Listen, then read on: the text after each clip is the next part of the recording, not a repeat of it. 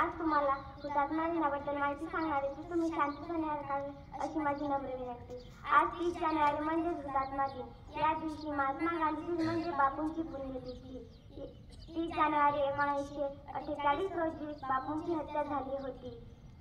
या दिवशी भारताचे प्रधानमंत्री, राष्ट्रपती, उपराष्ट्रपती व इतर गणमान्य दिल्लीच्या राजघरावर जाऊन गांधीजींच्या समाधीला अभिवादन करतात.